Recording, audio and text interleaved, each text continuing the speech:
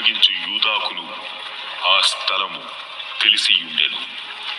కావున యూదా సైనికులను, ప్రధాన యాజకులు, పరిసయ్యులు పంపిన బంట్రౌతులను వెంటబెట్టుకొని దివిటీలతోనూ దీపములతోనూ ఆయుధములతోనూ అక్కడికి వచ్చాను.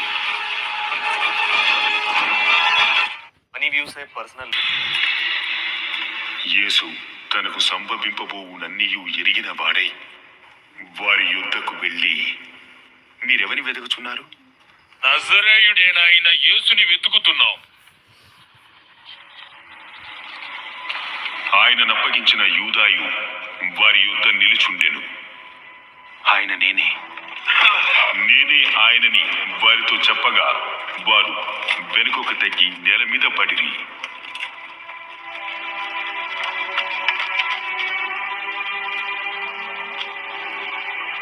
ఆయన మళ్లీ వారి వద్దకు వెళ్ళి,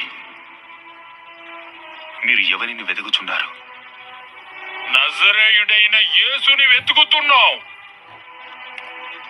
నేనే ఆయనని మీతో చెప్పితేని గనుక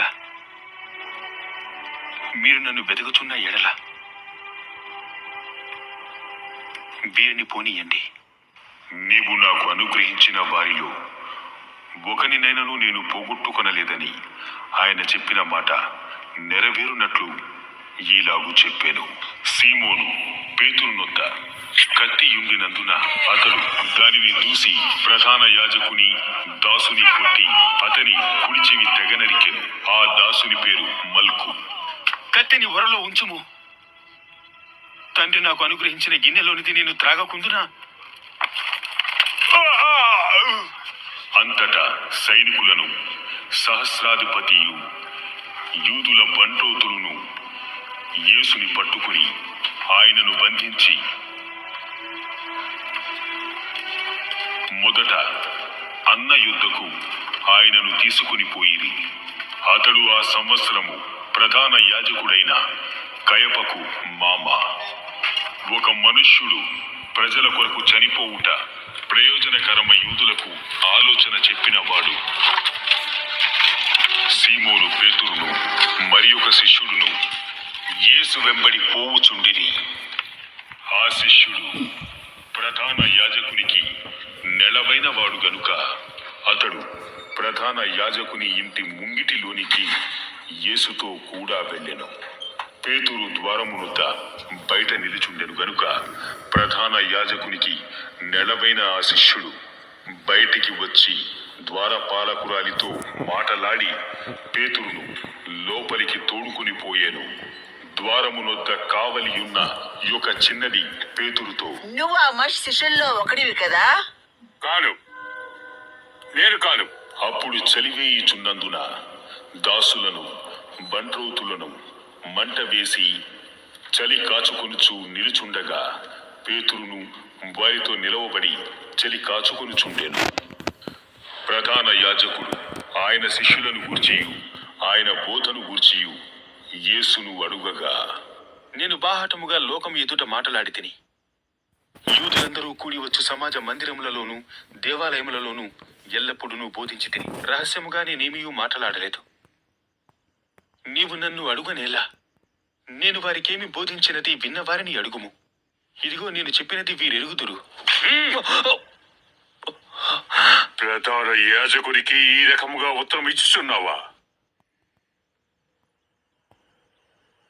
నేను కాని మాట ఆడిన ఎడల ఆ కాని మాట ఏదో చెప్పుము.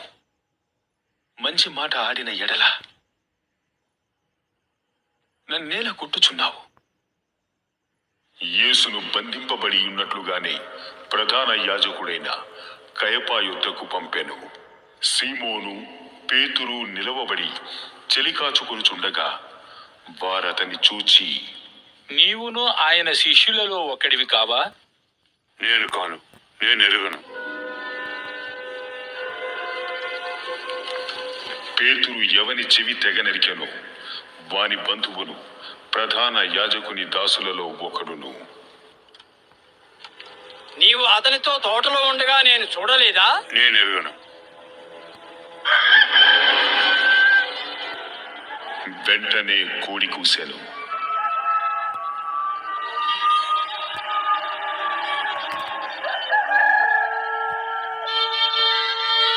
వారు కయఫా యుద్ధ నుండి అధికార మందిరమునకు యేసును తీసుకొని పోయిరి.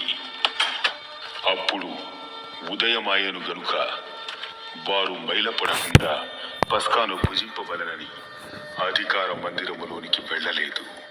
కావున పిలాతు బయట ఉన్న వారి యుద్ధకు వచ్చి, ఈ మనుషుని మీద మీరు ఏ నేరం మోపుచున్నారు? వీడు దుర్మార్గుడు కాని ఎల్లా వీణ్ణి నీకు అప్పగించి ఉండుము. మీరతన్ని తీసుకుపోయి మీ ధర్మశాస్త్రము చొప్పున అతనికి తీర్పును ఇవ్వండి. ఎవరికి మరణశిక్ష విధించుటకు మాకు అధికారం లేదు. అందువలన యేసు తాను ఎట్టి మరణము పొందబోవునో దానిని సూచించి చెప్పిన మాట నెరవేరెను.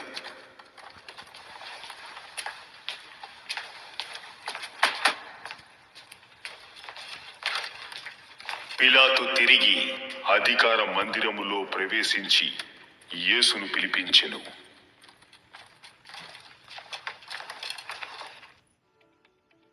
Just book my next holiday.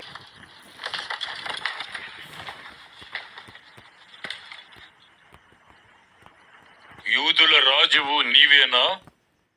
నీ అంతటా నీవే ఆ మాట అనుచున్నావా, లేక ఇతరులు నీతో నన్ను గూర్చి చెప్పిరా? నేను యూదుడినా?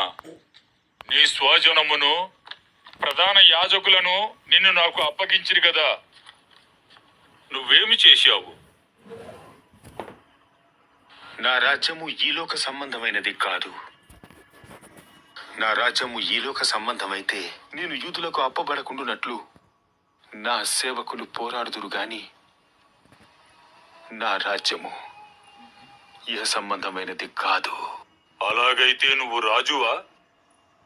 నీవన్నట్టు నేను రాజునే. సత్యమును గురించి సాక్ష్యం ఇచ్చుటకు నేను పుట్టి తిని, ఇందు నిమిత్తమై ఈ లోకమునకు వచ్చి తిని. సత్య సంబంధైన ప్రతివాడును నా మాట వినును. సత్యమనగా ఏమిటి?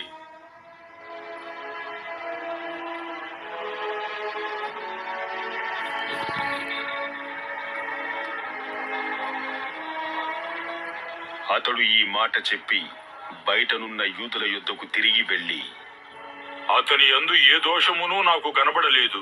అయినను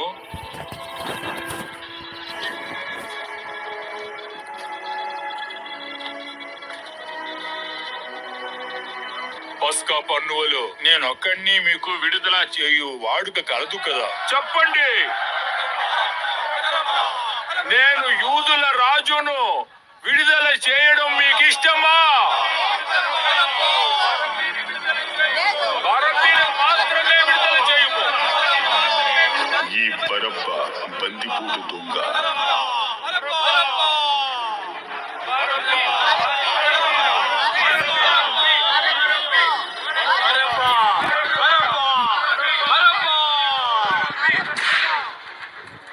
అప్పుడు పిలాతు యేసుని పట్టుకొని ఆయనను కొరడాలతో కొట్టించెను.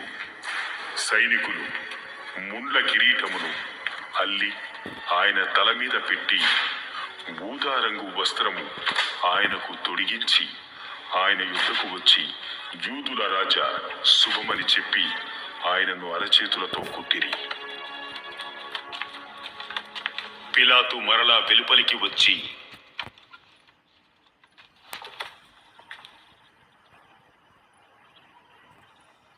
ఇదిగో, ఈయన అందు ఏ దోషమును కనబడలేదని మీకు తెలియనట్లు ఈయనను మీ వద్దకు వెలుపలకు తీసుకొచ్చి ఉన్నాను.